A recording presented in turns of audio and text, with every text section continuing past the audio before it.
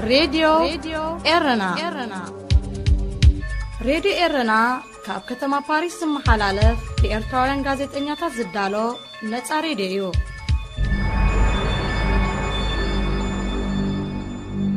سلامتنا نقدم بمنجدي ساتلايت إنترنتن حتصير معبلن تكتاتلونا كبرى السماتي أب نايلومي سوني كلتا تحساس فنونا بتختاتالي زغرب زلو دقفتن تقامتن أب منتاي حقتاتن هلو كونتاتن هاجرنا بزبل أرستي فتصمي عبيو كاب أوكسفورد بريطانيا زدالو سالسين ناي موداتان كفالو كلو نايو مكتالكم بخبري نعدمنا على توزينا كنقدمينا أرساتنو السودان أبوم برنت إيجاد تركيبا سعود عرب قطرن زصنحن مسحاب نمفتح بمستير ركبات مكيادن تغليصو ابز وانزي اب عالمنا 37.9 مليون سبات مس HIV ايدز ينبرو. هذه إذاعة إرنا زينب زرزر السودان أبوم برنت إيجاد تركيبا እታገር ነዝዝ ተረከበት 6 መራሕቲ ሃገራት በይነ መንግስታዊ በዓል ስልጣን ንምዕባለ ወይ ኢጋድ በ29 ሕዳር ኣብ አዲስ አበባ ድሕሪ ምግቦም እዩ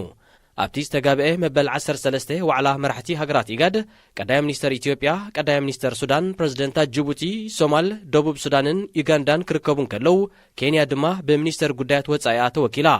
حدش وانا صحفي إيجاد دكتور ورقنا جابيون أبومبر كوميشن حبرة أفريقيا موسى فاكنون أبتي أب زباو قداز تكورو على تساتيفهم يغنبر توم مرحتي أب زكايد وركب سلطان أبومبرنت من يركبو أب زبل نتبي بزيادة من كرقرهم دبلوماسيان من شتات حبيرهم جيبوتن سومالن مريحنت زباو ودب إيجاد بكينيان إثيوبيان تعبليلو بزبل تغاموتات كسمع مسنحن إيجلات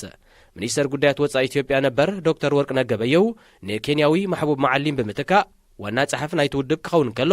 እዋናዊ ኣቦምበር ኢጋድ ዝነበረ ቀዳማይ ሚኒስተር ኢትዮጵያ ኣብይ ኣሕመድ ድማ መዝነቱ ንሱዳን ኣረኪብሎ ኣብ 1986 ዝተመስረተ ዞባዊ ውድብ ኢጋድ ቀዳሞት ኣባላቱ ጅቡቲ ኢትዮጵያ ሶማል ኬንያ ሱዳንን ዩጋንዳን ክኾናን ከለዋ ኤርትራን ደቡብ ሱዳንን ድማ ድሕሪ ናጽነተን ብኡንቡኤን ተጸንቢረኖ ካብ 2007 ኣትሒዛ ኣባልነታ ካብቲ ዞባዊ ውድብ ዘደስከለት ኤርትራ ኣብ 2011 ዳግም ተመሊሳ እኳ እንተነበረት ክትቅጽል ግና ኣይከኣለትን ኢጋድ ኣብዚ ዞባ ንዘጋጥሙ ቁጠባውን ፖለቲካውን ብድሆታት ብምምኻር ንናይ ሓባር ምዕባለ ንምስራሕ ዝቖመ ዞባዊ ውድብ እዩ እቲ ውድብ ካብ ዝምስረት ኣብ 33 ዓመቱ ብንጥፈት ዝተዋስኣሉ ኣበርክቶ ኣብ ጉዳይ ደቡብ ሱዳን ዝተረኣየ ግጭታት ንምፍታሕ ዝወሰዶ ተበግሶ ጥራዩ እናተባህለ እዩ ዝንቀፍ ጉዳይ ደቡብ ሱዳን እውን እንተኾነ ኣብ መዕለቢኡ ከብፅሕ ዘይካለ ኢጋድ ከምቲ ዝተበገሰሉ ከም ዘይሰጎመ ሓያሎ ፖለቲከኛታት እዞባ ይሰማምዑ ስዑድ ዓረብን ቀጠርን ዝጸንሐን ምሰሓብ ንምፍታሕ ብምስጢር ርክባት ምክያደን ተገሊጹ ሮይተርስ ንምንጭታቱ ብምጥቃስ ኣብ ዘቕረቦ ሓበሬታ ሚኒስተር ጉዳያት ወጻኢ ቀጠር ሼክ መሐመድ ቢን ዓብዱራሕማን አልታኒ ናብ ሪያድ ከም ዝበጽሐ ኣረጋጊጹ እቲ ሚኒስተር ዝሓለፈ ወርሒ ናብ ስዑዲ ዓረብ ከም ዝበጽሐ እቲ ምንጪ ከረጋግጽ እኳ እንተኻእለ ዝርዝር ዝተራኸቦም ሰበስልጣን ስዑዲ ኣይገለጸን ስዑድ ዓረብን ሕቡራት ኢማራትን ካብ ሰነ 2017 ኣትሒዘን ንቐጠር ንምንጻል ኣብ ቁጠባዊ ፖለቲካውን ዲፕሎማስያውን ከበባ ከም ዘእተዋ ይዝከር እንተኾነ እቲ ከበባ ኣብ ቀጠር ኣድማዕ ጽልዋ ከም ዘይፈጠረ ተንተንቲ ፖለቲካ የረድኡ ድሕሪ ናይ ልዕሊ 2 ዓመታት ውሳኔ ድማ ስዑድ ዓረብ ሕቡራት ኢማራትን ባሕሬንን ኣብ ቀጠር ንዝካየድ ዋንጫ ወሽመጥ ሃገራት ንምስታፍ ሃገራውያን ጋንታታት ኩዕሶ እግሪ ናብ ኣዱሓ ሊኢኸን ይርከባ ኣብ መንጎ ስዑድ ዓረብን ቀጠርን ዝተፈጥረ ምክፍፋል ነተን ካብዘን ሃገራት ዝርከብ ሓገዝን ምጽወታን ዝጽበያ ኤርትራ ትርከበን ሃገራት ቀርኒ ኣፍሪቃ ጸግዕታት ናብ መሓዝዩ ደፋፊእወን ኤርትራን ጅቡትን ጸግዒ ስዑድ ዓረብ ክሕዛን ከለዋ ሱዳን ሶማልን ኢትዮጵያን ግና ዘይሸራዊ መርገጽየን ወሲደን ኣብ 2018 ብደረጃ ዓለም 1.7 ሚልዮን ሰባት ብሕማም HIV ኤድስ ከም ዝተለኽፉ ውድብ ጥዕና ዓለም ኣፍሊጡ ኣብቲ ዓመት እያ ድማ ልዕሊ 700,000 ሰባት ብሰንኪ ዝሕማም ሞይቶም እቲ ውድብ ብምኽንያት ኣህጉራዊ መዓልቲ ኤድስ ብሓደ ታሕሳስ ኣብ ዘርግሖ መግለጺ ከሳብ 2020 ኣብ ዘሎ ዓመት በዚ ቫይረስ ናይ ዝተለኽፉ ብዙሕ ሰባት ናብ ትሕቲ ፍርቂ ሚልዮን ንምውራዱ ዝተገብረ ጻዕርታት ከም ዘይተዓወተ ኣተሓሳሲቡ እቲ መግለጺ ብተወሳኺ ካብ 2010 ክሳብ 2018 ኣብ ዘሎ 10 ዓመታት መስፍሕፋሕ ሕማም ብ28 ሚእታዊት ከም ዝጎደለ ኣመልኪቱ መስፍሕፋሕ HIV ኤድስ ካብ ዓመት ናብ ዓመት እናጎደለ ይመጽእ እኳ እንተሎ ኣብ ትሕቲ ሰሓራ ኣብ ዝርከባ ሃገራት ኣፍሪቃ ግና ሕጂ እውን ዓብዪ ብድሆ ምዃኑ ኣገንዚቡ بدرجة عالم 37.9 مليون سبات مس HIV كنبرون كلو اتم 25.7 مليون اب افريقيا كم زنبرو سند ودبت عن عالم ينصر اب زباقرنا افريقيا زبزح مسففات حمام كاب زلون هاجرات حنتي زخونت اثيوبيا نلبدات حمام ب700 كم زغتاتو تገልጽ እኳ እንተኾነት ኣብ ነፍስ ወከፍ ዓመት 13000 ሰባት በቲ ሕማም ከም ዝልከፉን ተመሳሳሊ ቁጽር ድማ ብሰንኩ ከም ዝሞቱን እቲ ሰነድ ይጠቅስ ኣብ ኢትዮጵያ ብዝእዋን እዚ ኣስታት 600,000 ሰባት ምስቲ ሕማም ይነብሩ እንተኾነ ቶም ልዕሊ 400,000 ሰባት ምስ HIV ኤድስ ንምንባር ዝሕግዝ መድሃኒት ከም ዘይረኽቡ ሚኒስትሪ ጥዕና ሃገር ይገልጽ ህይወት ሚልዮናት ሰባት ንምድሓን ሓጋዝ ኮይኑ ዘሎ ኣንቲ ሬትሮቫይራል ዝተሰምየ መድሃኒት بحجز ودبت عنا علمن كالوت مشارختنيو نهاجرات أفريقيا زعدل كبرا سمعتنا زينا بزي تفتسيم الله كاتسيلو زغرب تحستنا كمتي أب مأتوي فنونا زحبرناكم دقفتن تقامتنا منتاي حكتاتن هلو كنتاتن هاجرنا بزبل عرستي فتسومي عبيو كاب أكسفورد بريطانيا زدالو سالساين نايمود داتان كفاليو سناي مكتال راديو إرنا راديو إرنا كاب كتما باريس محلالف لإرتاوين غازت إنياتا زدالو نتا راديو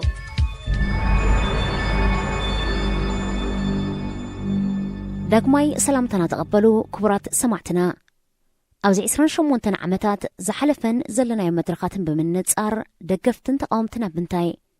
حقتاتن هلو كنتاتن هاجرنا زبلار استي فوتسومي عبيو كاب أكسفورد عباي بريطانيا نزدالو فولي تحستو سالسين نايمو داتن كفالو سيبو قربيو راديو إرنا ناتا دمتي إرتراويان راديو إرنا ناتا دمتي إرتراويان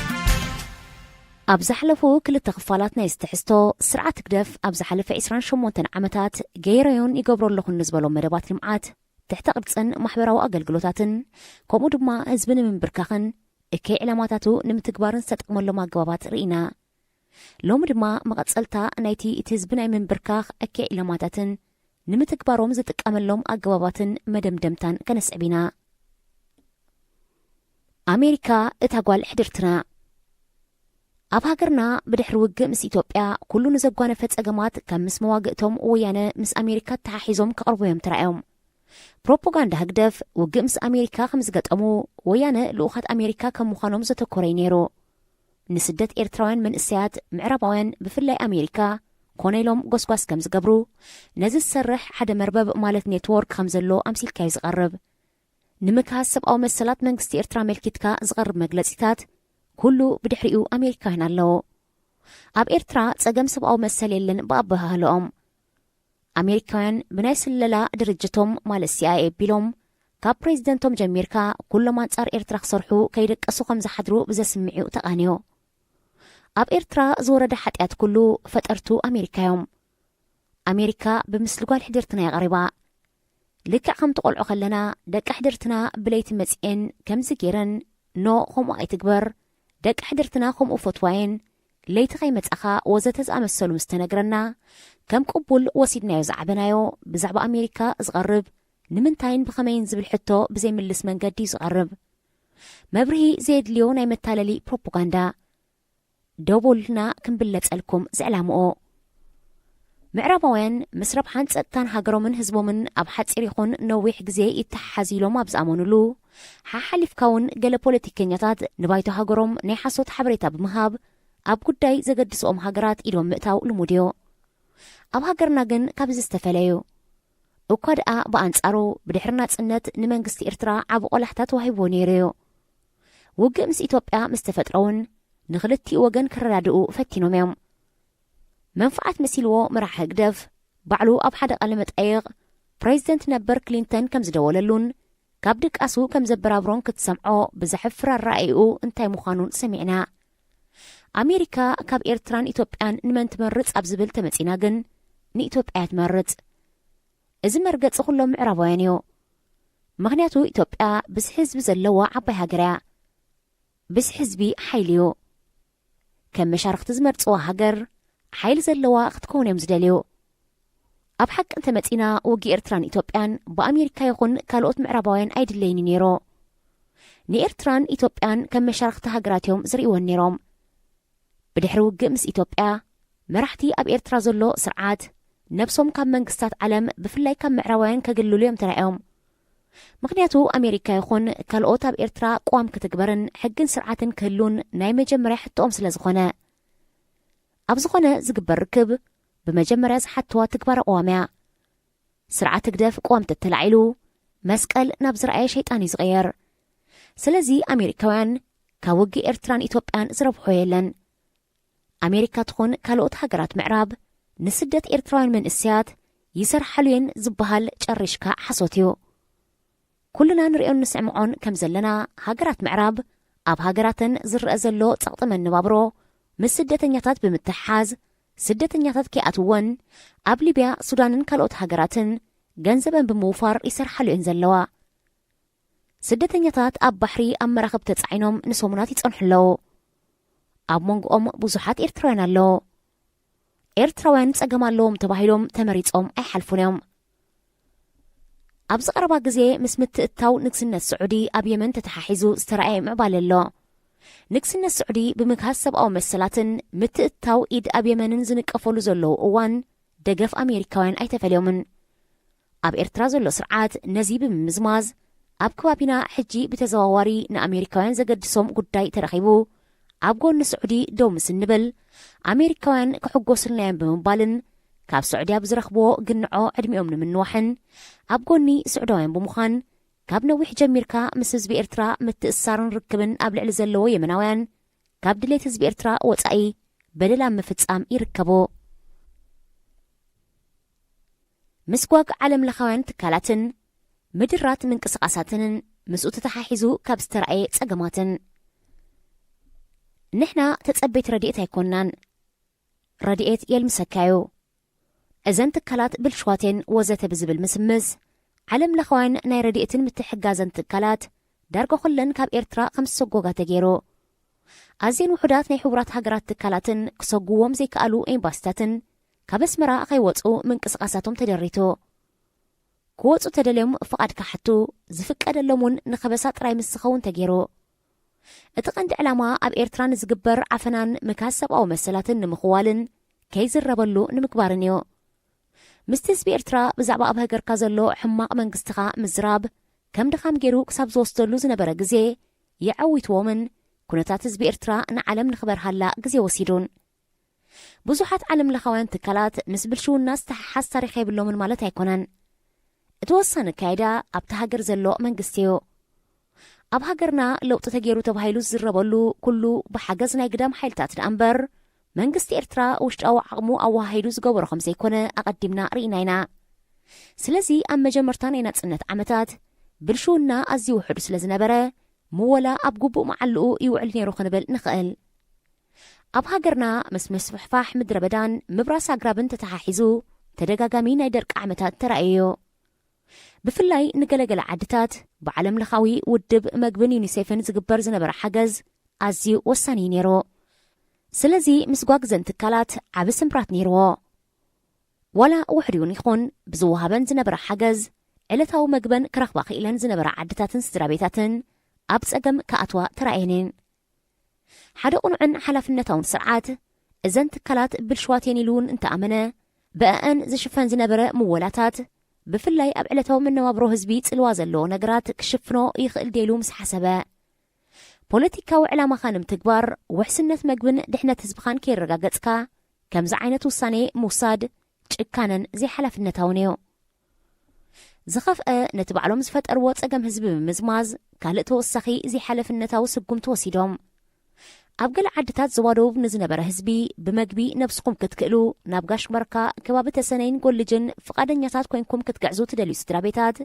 መንግስቲ ዘድሊ ሓገዝ ክገብረልኩም እዩ ተመዝገቡ ተባሂሉ ጎስጓስ ተገይሩ መንግስቲ መንበሪ ገዛ ክሳብ ዝደላደሉ ንገለ ዓመታት ብነፃ መሬቶም ክሕረሰሎም ምዃኑን ምህርቲ ክሳብ ዝሓፍሱ ናይ እኽልን ካልእን ሓገዛት ክግበረሎም ምዃኑን ወዘተ ዝብሉን ቃልኣት እዩ ቆልዑት ሒዞም ንብዙሕ ዓመታት ክሽገሩ ዝጸንሑ ስድራ ቤታት ፈትዮም ከይፈተው ህይወት ደቆም ንምድሓን ድኾን ብምባል ተመዝጊቦም ንምግዓዝ ስድራ ቤታት ናብ ጋሽ ባርካ ዋላ ሓንቲ ዝተገብረ ምድላዋት ኣይነበረን መምሕዳራት ጋሽ ባርካን ደውብን ኣይተዳለዋን ማእከላይ መንግስቱን ኣይተዳለወን ንምድላው ዘኽእል ውሽጣዊ ፋይናንሳውን ማተርያላውን ዓቕሙን ኣይነበረን ህዝቢ ተመዝጊቡ ግን ከይገዓዘ ገለ ዓመታት ሓሊፉ ኣብ ካቢነ ሚኒስትራት ዲክታተር መራሒ ህግደፍ ብሃንደበት ሕጂ ክጉዕዙ ኣለዎም ኢሉ ትእዛዝ ብምሕላፉ ብሃታሃታ ኣብ ውሽጢ 2-3 ወርሒ ከም ዝጉዕዙ ተገይሩ ዘይሓላፍነታውን ክትገልጾ ዘሕፍረካ ናይ ምግዓዝ መስርሕን ተኻይዱ እቲ ጸገም ብጉዕዞኦም እዩ ዝጅምር ካብ ዝዋደቡ ተበጊሶም ኣብ ባሮንቱ ከም ዝሓድሩ ተገይሩ ኣብ ባሮንቱ ኣብ ጎልጎል ኣውሪዶሞም ካሓድርሉ ዝተዳለወ ቦታ ኣይነበረን ዝምገብዎ መግቢ እውን ኣይነበረን ኣውሪዶም ድማ ከም ጠለበጊዕ ፈነዎም ካብ መካይን ወሪዶም ጃሎናቶም ሒዞም ዝስተማ ይደልዮም ፍቆዶ ገዛውቲ ውልቀ ሰባት ካሓቱ ተረኣዮም እንታይ በሊዖም ሓዲሮም እስኪርዋኖም ፍቆዶ ጎላጉል ፋሒሎም ደቂሶም ግን ተረኣዮም ኣብያተ ትምህርቲ ንዕረፍቲ ተዓጼናሉ ዝነበረ እዋን ስለ ዝነበረ ኣብኡ ክድቅሱ ምስተገብረ ብፊስቶታት ማይ ክቕረብ እንተኻእለ ምስኪናይ ህዝቢ ግን መን ዋጋ ቆፂርዎ ኣይሓሙሉን እዮም ዝገደደ ብዓቢኡ ዝኣትውሉ ገዛውን ኣይተዳለወን እቲ ኢሎም ዝምገብዎ ዕለታዊ መግቢ የለን ዝጓዓዙሉ ግዜ ኣብ ኣዝዩ ፀሓይን ሃሩን ዝነበረሉ ግዜ ከዓ ድሕሪ 2-3 ሰሙን ክራማስ ጅምረሉ እዩ ነይሩ መሳኪን ገዓስቲ ቃል ከም ዝተኣትወሎም ገዛ ተዳልዩ ዝጸንሖም መሲልዎም ኣቑሑት ገዝኦም ብምሉኡ ገሊኦም ክሳብ ኣርማድዮን ከረዴንሳን ከይተረፍዮም ሒዞም ተጓዒዞም ወሪዶም ግን ኣብ በረኻ ገዛ የብሉ መጽለሊ የብሉ እዮም ተደርብዮም ንመጽለሊ ዝኸውን ቴንዳ እሱ ኸማን ዘይእኹል መዓልታት ወሲዱ ተዋሂብዎም ሕሰቡ እምበር ኣብዚ ናይ ዓበይትስ ዝኾነ ምኾነ ህፃውንቲ ቆልዑ እሞ ብሰንኪ ተደጋጋሚ ደርቂ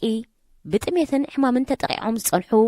ብዘይ ዝኾነ እኹል መግቢ ኣብ ፀሓይን ሃሩርን ዘወጋሽ ባርካ ወሲድካ ከድርብዮም ምስ ምንታይ ይቆፀር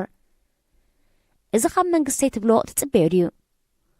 ዶስ ክፍደስ ተደሊሕን ኣለዩ ን2-3 ሰሙን ኣብ ጎላጉል ተደርብዮም ድሕሪ ምጽናሕ እዚ ዘይበሃል ማይ ስለ ዝሃረመ ተዳኺሞም ዝጸንሑ ህፃውንቲ ብብስሒ ክሓሙን ክወድቁን ተረኣዮም 62 ቆልዑ ብዓጸቦ ኣብ ውሽጢ 2-3 ሰሙን ሞይቶም ሓካይም ጋሽ ባርካ ከድሕንዎም ብዙሕ እኳ ተፈተኑ ነዞም 62 ቆልዑ ግን ኣይከኣሉን ጉድ ንምሽፋን ካብ ሚኒስተር ጥዕና ኣሚና ኑር ሕሴን ጀሚርካ ብዙሓት ሓለፍቲ ክጎያዩ ተራእዮም ብዛዕባ ዝሞቱ ህፃውንቲ ቆልዑ ኣይዓጠጦምን ኣሚና ኑር ሕሴን ኣብ ሕክምና ብምኻድ ንገለ ኣባላት እንታዩ ትጸገም ኢላ ሓቲታ ዓጸቦ ዝብል መልሲ ምስ ተዋህባ እስኻ ከም ዝትብል ኣለኻ ብምባል ኣጓዕቢዓትሎም ሓደ ንተግባራታ ክጻወሮ ዘይከኣለ ሓኪም ኣብ ዓራት ደቂሶም ካብ ዝነበሩ ህፃውንቲ ንሓደ ልዒሉ ቆርበት መቐመጢኡ ስሒቦም ብምፍናው ሓካይም ብኸምኡ ገባብ ዓጸቦ ምዃኑ ክፈልጥዎ ስለ ዝኽእሉ ይመስለኒ እዚ ደኣ እንታይ ክትብልዮ ደሊኽ ኢልዋ ኣስመራ ምስ ተመልሰት ካብ ስራሕ ጠጠው ክብል ወረቐት ሰይዳትሎ ብተወሳኺ ብድሕሪ ቁሩብ ግዜ ብዝነበሮ ዘይዕግበትን ምዝቢ ዝተሓሓዝ ተወሳኺ ጸቕጥን ብዝመስል ዲረክተር ጥዕናቱ ዞባ ዝነበረ ሓላፊ ብስግረዶብ ካብ ሃገር ወፂኡ መንግስታት ዓለምና ኣብ ሃገራትን ይትረፍ ሰብሲ ብዝሕ ዝበላ ጥሪት እውን ብምኽንያት ሕማም ተሞይተን ብመራኸቢ ብዙሓን ይዛረባሉን ክገትእዎ ይጓየዩን ብዛዕባ ዞም 62 ቆልዑ ብጩቕ ኣይተባህለን ሕሉፍ ሓሊፍካ ቀጺሉ ኣብ ዝነበረ ኣኼባ ካቢነ ሚኒስትራት ብስቱር ኣብ መራኸቢ ብዙሓን ብዘይቃልሓሉ መንገዲ እውን ብጭራሽ ኣይተላዕለን ኣብ 2009 ብስራሕ ናብ ሞንሱራ ብዝኸድኩሉ ግዜ ኣብ መደበር ጥዕና ሞንሱራ ልክዕ ከምዚ ኣብዚ ግዜ እዚ ኣብ ህፃውንቲ የመን ንሪኦ ዘለና ዓጸቦ ዘጥቅዖም ህፃውንቲ ርአ ኣብ ብዙሕ ከባቢታት ጋሽ ባርካን ቀደም ሳሕል ተባሂሉ ዝፍለጥ ዝነበረ ከባቢታትን ብጥሜትን ዓጸቦን ዝሳቐ ህዝብና ውሕድ ኣይኮነን ብፍላይ ህፃውንትን ነብሰ ጾራትን ኣብዚ ከባቢታት ዝነብር ህዝቢ ብሕርሻን መጓሰን ዝነብር ስለ ዝኾነ ምስ ተደጋጋሚ ደርቂ ኣብ ሽግር ኣትዮ ሓደ ምኽንያት ንወጻእተኛታት ካብ ከበሳ ከይወፁ ዝኽልከሉ ምኽንያት እዚ እዩ ተዘይኮይኑ እቶም ዋና ከተማ ማእከላይ መንግስቲ ኣብ ዘለዎ ዝቕመጡ ወጻእተኛታት ኣብ መታሕት ብምኻድ ኣንጻር መንግስቲ ክሰርሕዮም ኢልካ ምዝራብ ኣይከኣልን እዩ ስርዓት ግደፍ ከም መንግስቲ መጠን ንህዝቢ ከማልኣሉን ክቕርበሉን ዝነበሮ መሰረታዊ ጠለባት ጥራይ ኣይኮነን ነፊግዎ ህዝቢ ኤርትራ ኣብ ግዜ ጸገሙ ከም ኣካል ሕብረተሰብ ዓለም መጠን ክረኽቦ ዝግብኦ ናይ ምዕባለን ህጹጽ ረድኤትን ሓገዛት ከም ዘይረክቡን ይገይሩ። ሬድዮ ኤረና ናጻ ድምፂ ኤርትራውያን ናይ ምጽማም ባህልን ናይ መንግስትነት ተመክሮ ዘይምህላውን ኣብ ህዝብና ህዝቢ ኤርትራ ካብ ነዊሕ እዋን ጀሚሩ ኣብ ሕግን ስርዓትን ዝኣምንን ሕግ እንዳባ ኣተኣታትዩ ኣብ ውሽጡ ንዝፍጠር ግርጭታትን ዘይምርዳእን ብስልጡን ኣተሓሕዛ ይፈትሕ ነይሩ። እዚ ባህሊ ኣብ ዘበነ ስልጣን ደርጊ ተዳኺሙ ኣብዚ ግዜ ጨርሹ ጠፊኡ። ካብዚ ወፃኢ ግን ብዲሞክራስያዊ ኣገባብ ይኾነኒ ዝብሎ መንግስቲ ክመርጽ ዕድል ረኺቡ ይፈልጥን። ካብዚ ዝተላዕለ ብድሕሪ ናጽነት እዚ ስርዓት ስልጣን ክሕዝ ከሎ ብእምነት ስቒልካ ከም ምዕዛብ ወፃኢ ዝኾነ ጽልዋ ክገብር ኣይፈተነን። ካብ ካልኦት ሃገራት ኣፍሪቃ ኣዚና ድሒርና ናጽነትና ዝረኸብና ብምዃንና ኣብተን ካልኦት ሃገራት ብናይ ናጽነት ተቓለስቲ ነበር ዝቖሙ መንግስታት ዝበጽሑ ናብ ኣምባገነንነት ክቕየሩ ስለ ዝተረኣየ ነዚ እውን ከም ተመክሮ ክንጥቀመሉ ኣይከኣልናን። ብሓፈሻ ህዝብና መንግስቲ ዝበለካ ክትገብር ከም ዘለካ እምበር መንግስቲ ህዝቢ ዝደልዮ ክገብር ከም ዘለዎ ተዘይኮይኑ ካብ ስልጣን ክእለ ከም ዝግባእ ዝፈልጥ ክፋል ህዝብና ኣዝዩ ውሕድ እዩ። ዝበሉኻ ግበረሎም ወይ ዓዶም ሕደገሎም ኣብ ዝብል እምነት እዩ ረጊጹ። ህዝብና ኣብ ግዜ መግዛእቲ ምስ ደርቅን ውግእን ዝተሓሓዝ ብዙሕ ግዜ ናይ ናብራ ጸገም ኣጓኒፎዩ። ካብዚ ዝተላዕለ ተጸጊምካን ተጻዊርካን ናይ ምኻድ ልምዲ ካብ ነዊሓት ሒዙ ኣጥረዮ። ኣብቲ ግዜ ግን ብዙሕ ክፋል ህዝብና ብረድኤት ተሓጊዙ ሕማቕ ግዜ ይሰግሮ ነይሩ። ኣብ ትሕቲ እዚ ስርዓት ህዝብና ክሰምዖን ክትሪኦን ብዘሰንብድ ብኸብዱ ተቐፂዕዮ።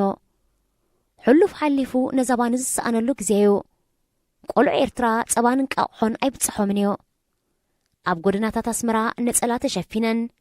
ኣብ ኣንጎሎታት ተጸጊዐን ብምሸት ኢደን ሰዲደን ትኸበለይንዶ ዝወደይ ጓለይ ዝበላ ብዙሓት ኣዴታት ክትርኢ ዘሕዝን እዩ። ምስ ስደት ዝተሓሓዝ ኣብዚ ግዜ እዚ ብዙሓት ስድራ ቤታት ኤርትራ ሓገዝ ናይ ወፃኢ ዝረኽባ እኳ እንተኾና ካልኦት ደቆም ዝተሰውእዎም ወይ ክስደዱ ዝጠፍእዎምን ዝጥምትዎምን ዝርእዎምን ዘይብሎም ብዙሓት እዮም። ህዝብና ኣብ ክንዲ ዓዊሉ ተጸጊምና ጠሚና ንበልዖ ሲኢና እዚ ብሰንኪ ኣካይዳኹም ዝመጸናዩ ወሪዱና ዝብል ኣብ ገዛ ተዓጺኻ ምዋት ይመሪጹ። እዚ ልምድን ርድኢትን ህዝብና ንዕድመ ምንዋሕ እዚ ስርዓት እናቱ ተራ ተጻዊት እዩ። ኣቐዲምና ስርዓት ግደፍ የካይዶ ኣለኹ ዝብሎም ዓበይቲ መደባትን ዝተጠቕመሎም ናይ ሓሶትን ምትላልን ሜላታት ርኢና። ቀዋም ንጎኒ ገዲፍና ንምዃኑ ኣብዚ ዝሓለፈ ልዕሊ ርብዒ ዘመን ናይ ናጽነት እዋን እዚ ጉጅለ ኣብ ኤርትራ ግቡእ ናይ መንግስቲ ቅርጽን መሓውርን ዘለዎ ብቑዕ ስርዓት ካቐውም ክኢሉ ድዩ ዝብል ንርአ። ብግቡእ ዝቖመ ኣካላት መንግስቲ ዘይምህላው ኣቐዲሙ ከም ዝተጠቕሰ ህግደፋውያን ዝኣዘዝናዮም ይገብሩዮም ኢሎም ዝኣመነሎም ተጋደልቲዮም ኣብ ሲቪላዊ ስራሓት መንግስቲ መዲቦሞም ኣብ ውሽጢ ሃገር ዝጸንሑ ይኹኑ ኣብ ወፃእ ዝቕመጡ ዓቕሚ ዘለዎም ኤርትራውያን ንምስታፍ ኣይተፈተነን። ብዙሓት ኣብ ወፃእ ዝነብሩ ወገናት ኣብ ዝተፈላለየ ግዜ ንገለ ዓመታት ነፃ ኣገልግሎትን ደገፍን ክህቡ ቅሩብነቶም ይገልጹ እኳ እንተነበሩ ኣዎንታዊ መልሲ ኣይረኸቡን። ስለዚ ኣብ ሚኒስትርታት ይኹን ምምሕዳራት ዞባ ዝምደቡ ዝነበሩ ሓለፍቲ ተጋደልቲ መብዛሕትኦም ናይ ብቕዓት ጸገም ነይሮዎም። ብመሰረት ኣዋጅ 1996 ዘይምእኩል ምሕደራ ምምሕዳር ዞባታት ምስ ተኣወጀ ሚኒስትርታት ተርአን ኣብ ፖሊሲ ተሓጺሩ። በዚ ምኽንያት ምምሕዳር ዞባታት ኣብ ክሊ ምምሕዳርን ዝግበር መደባት ስራሓት ኣብ ምውፃእን ኣብ ምትግባርን ዝለዓለ ሓላፍነት ተዋሂብዎን። ዝተዋሃደ ስራሕ ይስራሕ ስለ ዘይነበረ ሚኒስትርታት ምስ ፖሊሲ ዝተሓሓዝ ምኽርን ደገፍን ዳርጋ ይሃባን።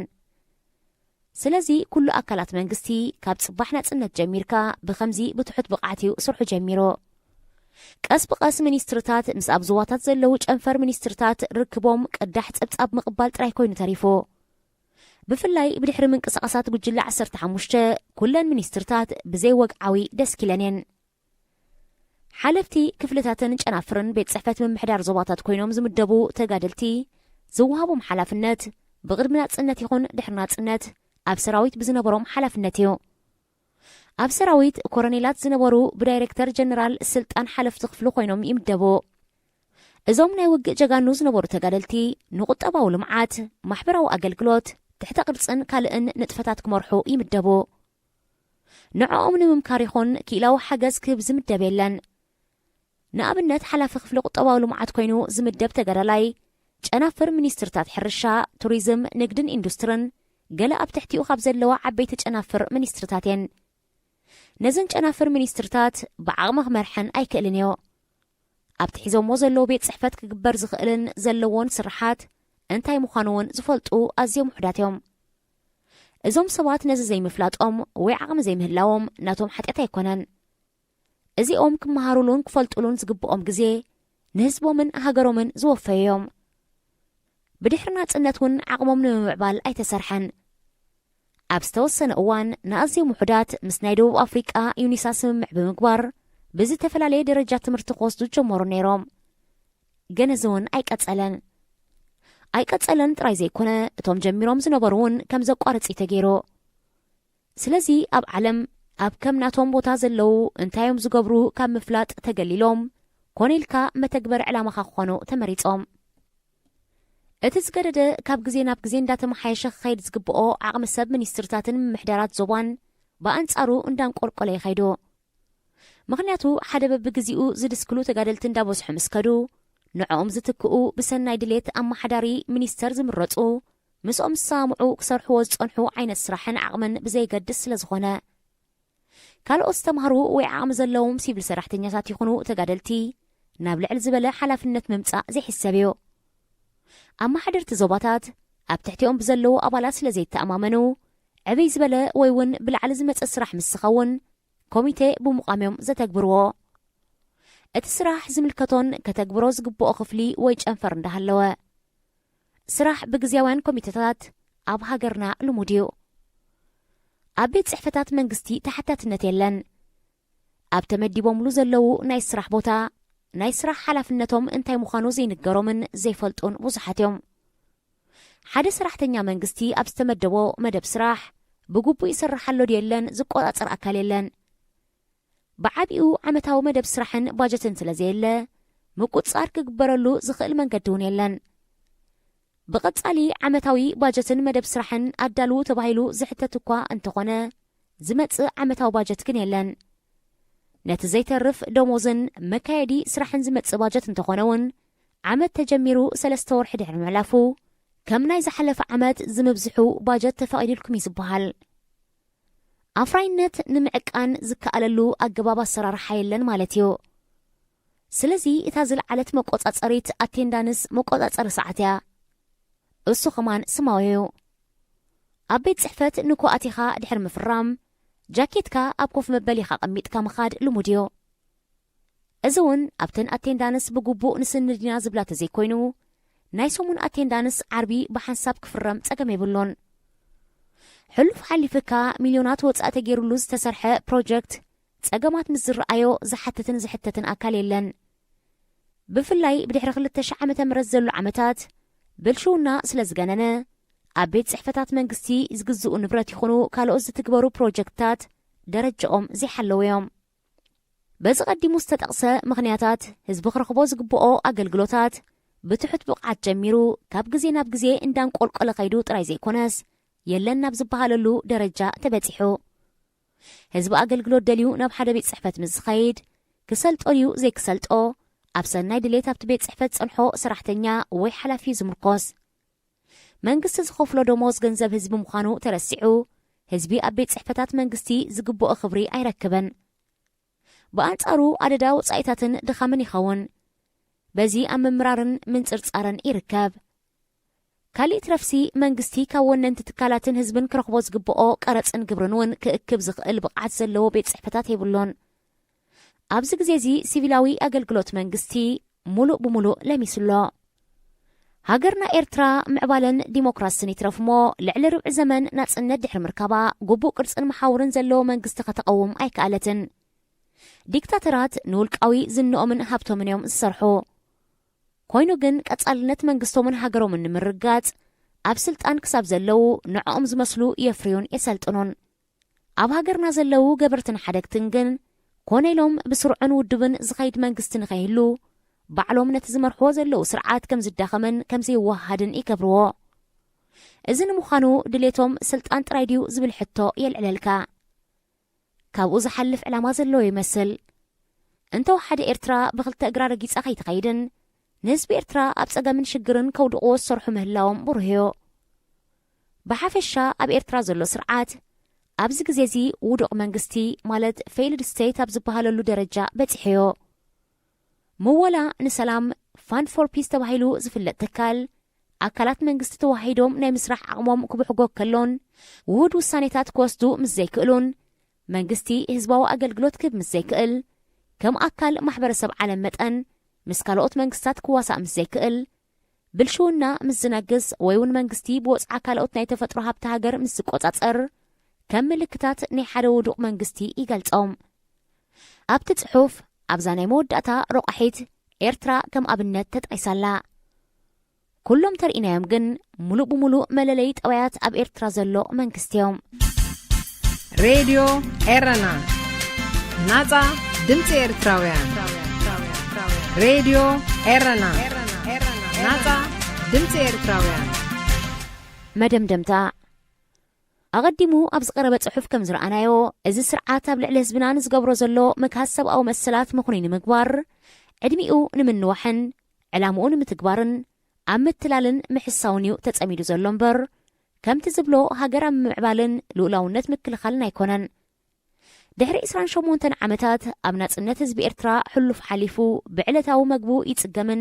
ናብራ ካብ ዝኾነ ግዜ ንላዕሊ ከቢድዎን ኣሎ ኣብ ትሕቲ እዚ ስርዓት ኣብ ስራሕ ኩለን 15 ዓመታት ኣብ ኣዝዩ ብዙሕ ኣኼባታት ተሳቲፈ ክሳብ 2000 ዓመተ ምህረት ኣብ ማሕደርቲ ንኡሳን ዞባታት ይኹኑ ካልኦት ሓለፍቲ በብኸባቢኦም ንዘሎ ጸገማት ህዝቢ ኣብ ኣኼባታት ይቃልሑ ነይሮም ዝተሓተ መልሲ ስለ ዘይርከብ ግን ቀስ ብቐስ ሕቶን ርእቶን ንጸገማት ህዝቢ ዝምልከት እንዳጎደለ ኸይዱ ኣብ መወዳእታ ጠቕሊሉ ደው ኢሉ ብፍላይ ድሕሪ 2001 ዓመተ ምህረት ኣብ ኩሎም ዝግበሩ ዝነበሩ ኣኼባታት ደቆም ዝሃደሙ ይተኣሰሩ ገንዘብ ይቀጽዑ ትራክተራት ይገፈፋ ሃገራዊ ኣገልግሎት ዝኸዱ ኣበግሱ ንዝተረፉ ስድሮኦም እሰሩ እኽሊ ሎሚ ጽቡቓት እዩ ስለ ዘሎ ብሓይሊ ካብ ህዝቢ ዓድግዎ ኣባጊዕ ካብ ዕዳጋታት ብሓይሊ ዓድጉ ህዝቢ መብዓሊ በዓል ናጽነት ገንዘብ ከዋጽእ ንገርዎ ዕቑር ሰራዊት ኣበግሱ ንዝኸብለሉ ኣባላት ሃገራዊ ኣገልግሎት ህደኑ ኣብ ባህላዊ ዕድና ዝሰርሕ ዘሎ ህዝቢ ደው ኣብልዎ ወዘተ ኣብ ዝብሉ ንህዝቢ ዝሃስዩን ዓቕሉ ዘጽብቡን ጥራይ ተሓጺሩ ስራሕ ጸላእ እምበር ስራሕ ናተይ ናይ ትብሎ መንግስቲ ክሰርሑ ኣይተረኣዮን ዕላማ እዚ ስርዓት ብስም ቁጠባውን ወተሃደራውን ምትሕጋዝን ምውሃድን ምስ ኢትዮጵያ ንኤርትራ ጽጋዕተኛ ንምግባራ ብኡቢልካ ኣብ ዝተናወሐ ንልኡላውነታ ኣብ ሓደጋ ንምእታው እዩ ኣቐዲምና ከም ዝረኣናዮ ኣካላት መንግስቲ ከም ዝዳኸሙን ተዋሂዶም ክሰርሑ ከም ዘይክእሉን ንምግባሮም ኮነኢልካ ንብዙሕ ዓመታት ክስራሓሉ ጸኒሕዮ ብተወሳኺ ብድሕሪ ስምምዕ ምስ መንግስቲ ኣዲስ ኣበባ ዝደለይዎ ንምትግባር ሰራዊትን ትካላት ጸጥታን ከም ዝዳኸሙ ተዋሂዶም ክቃወሙ ንኸይክእሉ ናይ ምብታን ዘምስል ስጉምታት ክውሰዱ ጀሚሮም ነይሮም እዮም ኩነታት ስለ ዘይፍቀደሎም ደኣ እምበር ክቃወሙና ኢሎም ንዝሓሰብዎም ብስም ኣብ ልዕሊ ህዝቢ ገበናት ክትፍጽሙ ጸኒሕኩም ንኣብ ትካላት ጸጥታን ሰራዊትን ብሓላፍነት ዝሰርሑ ተጋደልቲ ንምእሳሮምን ምሕናቆምን ተሓሲቡ ከም ዝነበረ ካብ ዝመልቁ ዝነበሩ ዘረባታት ሰሚዕና ኢና ብድሕሪ ዝስምምዕ ምስ ኢትዮጵያ ብዙሓት ሓለፍቲ ተጋደልቲ ሽሙ ከም ዝጠፍኦ ንህቢ ስርሖም ገዲፎም ናብ ኢትዮጵያ ክኸዱ ተራእዮም እዮም ብስም እትሕጋዝ ግብረ መልሲ ህዝቢ ንምርኣይ ሓካይም ኢትዮጵያ ናብ ኣስመራ ከም ዝመፁ ተገይሩ ብኢትዮጵያውያን ኣቢልካ ንኤርትራ ዝሓወሰ ካርታ ኢትዮጵያ ብውልቀ ሰባትን ኤምባሲ ናይቲ ሃገርን ከም ዝወፅእ ተገይሩ ወኪል ስርዓት ግደፍ ኣብ ምምራቕ ሓወልቲ ደመኛ ጸላእ ህዝቢ ኤርትራ ሃፀይ ሃይለ ስላሴ ተሳቲፎም ብዙሕ ሰሚዕናን ተዓዚብናን እዚኦም ኩሎም ጭቡጣት ሓበርቲ ኣንፈታትን ድሌታትን ዝስርዓት እዮም ትግራይ መምኽኔታ ንገናይ ቀሰናን ንክኾኑ ተባሂሉ ኣብ ኢትዮጵያ ንዘሎ ማእከላይ መንግስቲ ጸላእቲ ተባሂሎም ከም ዝግለሉ ተገይሩ ብታሕቲ ዶብከይ ሕንጸት ትግራይም ኣብዮምና እንዳበልካ ዝንዛሕ ዘሎ ፕሮፓጋንዳታት ንህዝቢ ንምድንጋር እዩ እቲ ሓሳቦም ንጹር እዩ ዶብ ከነጥፍእ እንዳጻዓርና ንምንታይ ዶብ ንሕንጽጽ እዩ ተኸፊቱ ዝነበረ ዶባት ምስ ኢትዮጵያ ተዓጽዩ እዚ በቲ ሓደ ምስ ኢትዮጵያ ሕጂ እውን ምትእማን ከም ዘይብሎም ንምምሳል ህዝቢ ንምድንጋር ዝገበርዎ እዩ በቲ ካልእ ብኢትዮጵያ ኣቢሉ ብዝኣቱ ዝነበረ ዕዳጋ ክረጋጋእ ምጅማሩ ብናታቶም ኣተሓሳስባ ህዝቢ ተጸጊቡ ናብ ምቅዋም ክኸይድ እዩ ካብ ኢትዮጵያ ዝኣቱ ዝነበረ ነገራት ደኣሉ ደው ከም ዝብል ተገይሩ እምበር መንእስያት ሃገር ገዲፎም ክወፁ እትደባይ ተዓጽወን ካብ ብመኪና ብእግሮም ጥራዮም ነታ ዶብ ክሰግርዋ ዘለዎም ንሕና ብዛዕባ ሰፊሕን ዓብይን ብኣማይት ሚልዮናት ዝቁፀር ህዝቢ ቀርኒ ኣፍሪቃ ክሳብ ግብፅን ካልእን ዝኸይዲና ንሓስብ ዘለና ዶባ ድማ ይኮነን ሓሳብና ተባሂሎ ኣብቲ ኩለን ሃገራት ኣፍሪቃ ዝሰማዓሉ ናፃ ናይ ንግዲ ውዕል ክንሓስበሉ ኢና ብምባል እቲ እንኮ ዘይተሰማምዐ ስርዓት ኮይኑሎ ኣብዚ ውዕል ምስ ዝኣትዉ ኣብ ኤርትራ ዕዳጋታት ክረጋጋዩ እዚ ኣይደልይዎን እዮም ኣብዚ ቀረባ ምስ ቀይሕ ባሕሪ ዝዳወባ ሃገራት ወተሃደራዊ ልምምድ ኣብ ቀይሕ ባሕሪ ከም ዝገበራ ኤርትራ ከምዘይተሳተፈት ሰሚዕና እዚ ከምዜና ስቂልካ ክሕለፍ ዘለዎ ኣይኮነን ንምንታይ ኢልና ክንሓስብ የድልየና ምስ ኣዛዚ ሓይሊ ባሕሪ ኤርትራ ካሪካረ ዘይምቅዳው ምስ መራሒ ህግደፍን ምስ ሙቃም ሓይሊ ባሕሪ ኢትዮጵያን ኣተሓሒዝና ክንሪኦ ንኽእል በድሌት እዞም ኣብ ስልጣን ዘለዉ ጉጅለ ህግደፍ ሓይሊ ባሕሪ ኢትዮጵያ ኣብ ክልላዊ ማያት ቀይሕ ባሕሪ ኤርትራ ከም ዝህሉ ምግባር እዩ እዚ ግን ብኣዘዝትን ኣባላትን ሓይሊ ባሕሪ ኤርትራ ተቐባልነት ከም ዘይብሉ ይፈልጡ እዮም ስለዚ ሓይሊ ባሕሪ ኤርትራ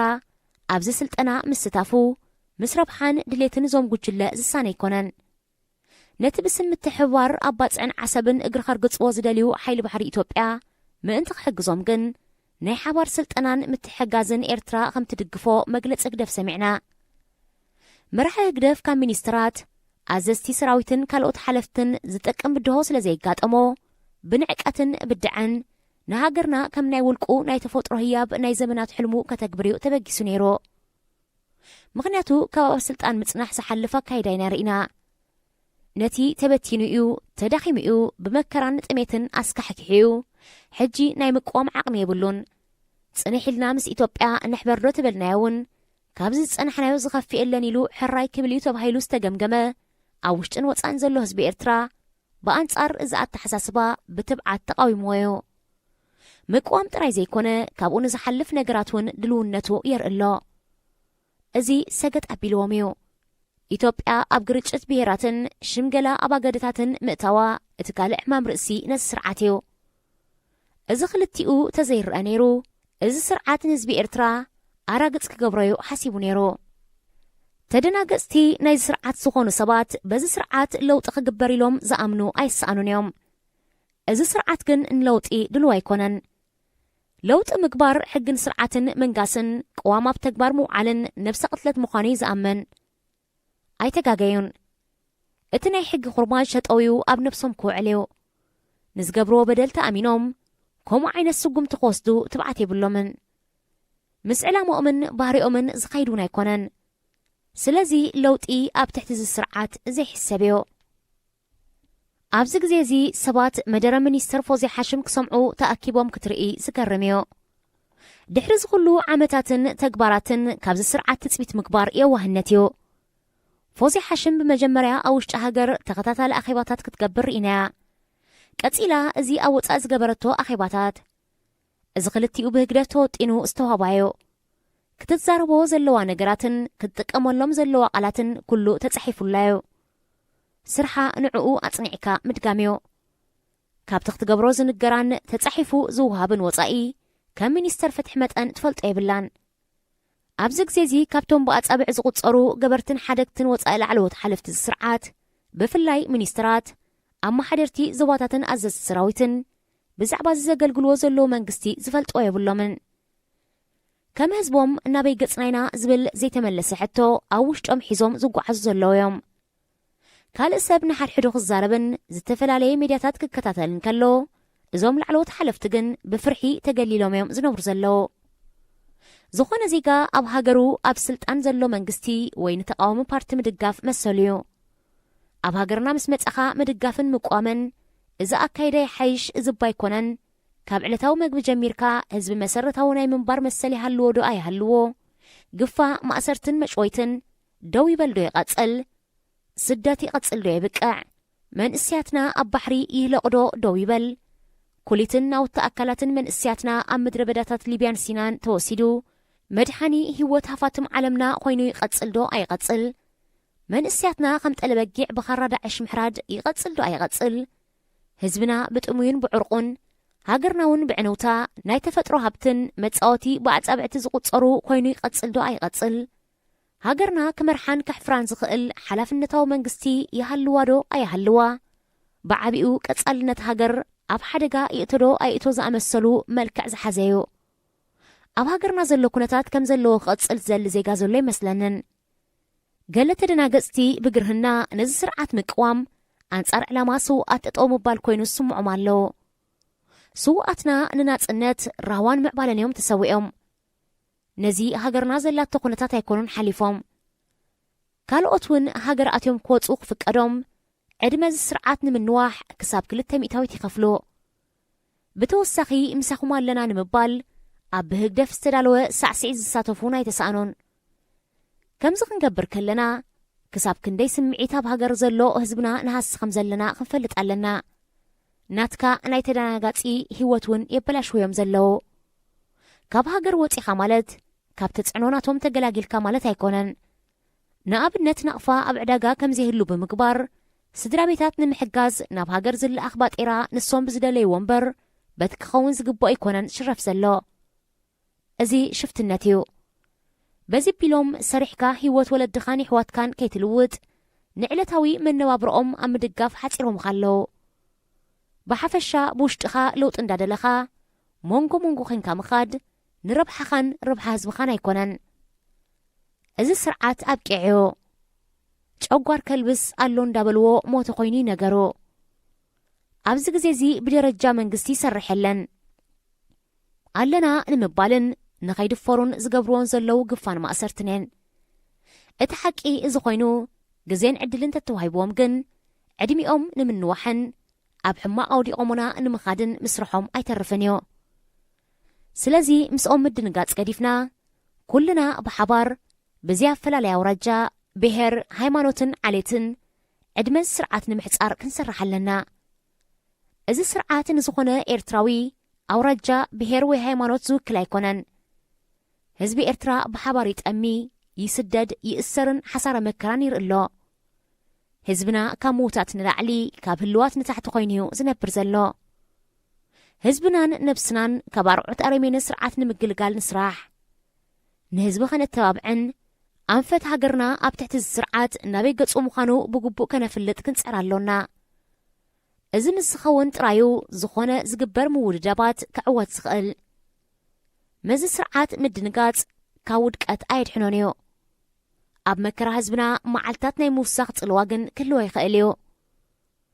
ምስ ዝመውት ዘሎ ስርዓት ሕልናና ይሞት ዘሰክፈናን ባዘ የብለናን ነገራት ተቃወምቲና ብዝብሉ ኣካላት ተዓዚብናን ርኢናን ክንከውን ንኽእል ኢና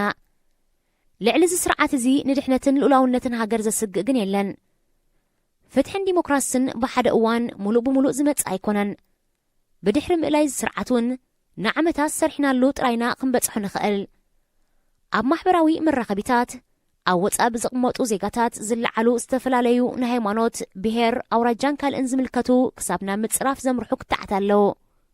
እቲ መብዛሕትኡ ህዝቢ ንምክፍፋል ብልኡኻት እቲ ስርዓት ብዝወሃቦም ቀጻሊ መምርሒታት ዝትግበር እዩ ሓሊፍካ ግን ከየስተውዓሉ ናብ ዝተዳለወሎም መጻወድያ ዝኣትዉ ብዙሓት እዮም ብዛዕባ ብሔርካ ከባቢኻን ካልእን ምዝራብ ገበን ኣይኮነን ኣብ ሓላፍነታዊ መንግስቲ ዘለዎ ሃገር ውክልና ብሔርን ከባቢታትን ዝኣመሰሉን ኣብ ባይቶ ከም ዝረጋገጽ ዝግበር እዚ ጸገምን ድምፅን ዝወከለው ህዝቢ ንምቅላሕን ንምጥባቕን ንኽኽእል እዩ እተን ብዝተፈላለየ ምኽንያት ተሃስየን ጽንሓ ብሔራት ምስቲ ካልእ ክመዓራርያ ኣለዎን ጥራይ ዘይኮነ ዝያደ ሓገዝን ደገፍን እዩ ክግበረለን ዘለዎ ብዛዕባ ዝን ካልእን ክንዛረብ ግን መጀመርያ እዚ ዝፍቀዳ ሃገር ክንምስረት ክንክእል ኣለና እዚ ክንገብር ነዚ ጸላኢ መላእ ህዝቢ ኤርትራን ስግኣት ህላውነት ሃገርናን ዝኾነ ስርዓት ክንኣልዮ የድልየና ካልእ ኣብ ውሽጥን ደገን ብዘሎ ህዝቢ ክሰርሓሉ ዘለዎ ነገር ስደት ደው ምባል እዩ እዚ ስርዓት ንዝሓሰቦ ነገራት ምትግባር ክጥዕሞ ህዝቢ ብፍላይ መንእስያት ሃገር ገዲፎም ክወፁ ግፋን ናይ መነባብሮ ጸገም ከም ዝህሉ ብምግባርን ይሰርሓሉሎ መንእስያት ናበይ ገጾም ክኸዱ ምዃኖም ከይፈለጡን ከይሓሰቡን ካብ ሃገር ይወፁ ኣለዉ ኩልና ንሪኦ ከም ዘለና ኣብዚ ግዜ ናብ ኤውሮጳ ይኹን ኣሜሪካ ናይ ምእታው ዕድላት ኣዝዩ ጸቢብ እዩ ዘሎ ኣብ ባሕሪ ሜዲተራንያን ካብ 6 ተጓዓዝቲ እቲ ሓደ ከም ዝመውት ካብ ዝወፅእ ዘሎ ዜናታት ንሰምዕ ኣለና እወ ኩነታት ሃገርናዮ ናብ ዘምርሕ ዘሎ ኮይኑ ግን እዞም ሕጂ ዝወፁ ዘለዉ ኣዝዮም ንኣሽቱ መንእስያት ብምዃኖም ኣብ ክንዲ ናይ ህይወት ሓደጋ ዘስዕብ ስጉምቲ ዝወስዱ ኣብ ሃገር ብምጽናሕ ብውሕዱ ህይወቶም ክዕቅቡ ይኽእሉ ስደት ንዓና ኤርትራውያን መልክዕ የብሉን ንእሽቶን ናይ ተፈጥሮ ትዕድልቲ ዘለዋን ንዓና ትኸውን ሃገር ኣላትና ንሕና ውሑዳት ህዝቢና ሃገርና ግቡእ ምሕደራ ምስ ትረክብ ኣብ ሃገርና ክፍጠር ዝኽእል ዕድል ስራሓት ሰሪሕና ንኽእሎውን ኣይኮነን ንብዙሓት ካልኦት ብስራሕ ክንስሕብ ንኽእል ኢና ብኣማይት ሚልዮናት ህዝቢ ዘለውን ሃገራት ኣፍሪቃ ይኹና ካልኦት ምዕባለ ኣብ ኩሉ ህዝበን ከባፅሓ ብዘይምኽኣለን ህዝበን ክስደድ ምርኣይ ልሙድ እዩ ንሕና ግን ህዝቢ ሓንቲ ከተማ ዘይንኣክል ክንስናን እዚኣ ትመስል ሃገር ከላትናን ክንስደድ ኣይክብአን እዩ ህይወት ሃገርና ብኣጻብዕቲ ዝቝጸሩ ክበላሾ ከነፍቅድ የብልናን ዝሓለፈ እንተ ብሕመቕና እንተ ብግርህናና ሓሊፉሎ ሕጂ ግን ከም ህዝቢ መጠን መዕለቢ ክንገብረሉ ይግብአና እዚ ስርዓት ብዓበይቲ ሃገራት ዓለምናን ሕቡራት ሃገራትን ተኻዒቡን ተኾኒኑን እዩ ንህዝቦም ዘጽንቱ ተባሂሎም እዮም ኮይኑ ግን ኩነታት ሃገርና ንሕናን ባዕልናን ጥራይና ኣብ ባይታ ክንልውጦ ንኽእል ምስ ትምሳልን ምስ ቁርቋርን ካባና ንርሕቆ ካብ ዘለናዮ ሽግርን መከራን ንወፅእ ዕድመ ስልጣኖም ብምሕጻር ጥራዮ ፍሉያት ተሓሳስባን ክእለትን ስለ ዘለዎም ኣይኮኑን ንኽንዲ ዝኣክል ዓመታት ኣብ ልዕሊና በደል ክፍጽሙ ዝኽኣሎ ብኣንጻሩ ካብ እተሓሳስባ ዘበነ ፊውዳል ክወፁ ዘይከኣሉ ድሑራት እዮም ጥልመት ተዓጢቖም ኤርትራዊ ባህሪና ምጽንዖም እዩ ሓጊዝዎም ኤርትራዊ ሓበናን ኩርዓትናን ንመልሰሉን ህዝቢ ምዃንና እነመስክረሉን ግዜ ሕጂ እዩ ሬድዮ ኤረና ናጻ ድምፂ ኤርትራውያን ክቡራት ሰማዕትና ስርዓት ግደፍ ኣብ ዝሓለፈ 28 ዓመታት ገይረዮን ይገብሮ ኣለኹን ንዝበሎም መደባት ልምዓት ትሕተ ቅርጽን ማሕበራዊ ኣገልግሎታትን ከምኡ ድማ ህዝቢ ንምንብርካኽን እከይ ዕላማታቱ ንምትግባርን ዝተጠቕመሎም ኣገባባት ብምትኳር ደገፍትን ተቃውምትን ኣብ ምንታይ ሓቅታትን ህሉ ኩነታትን ሃገርና ዝብላ ርእስቲ ፍጹም ይዕብዮ ካብ ኦክስፎርድ ዓባይ ብሪጣንያ ዘዳለዎ ፍሉይ ትሕዝቶ ኣብ ዝተዛዚሙሎ ሬድዮ ኤረና ሬድዮ ኤረና ካብ ከተማ ፓሪስ ዝመሓላለፍ ብኤርትራውያን ጋዜጠኛታት ዝዳሎ ነጻ ሬድዮ እዩ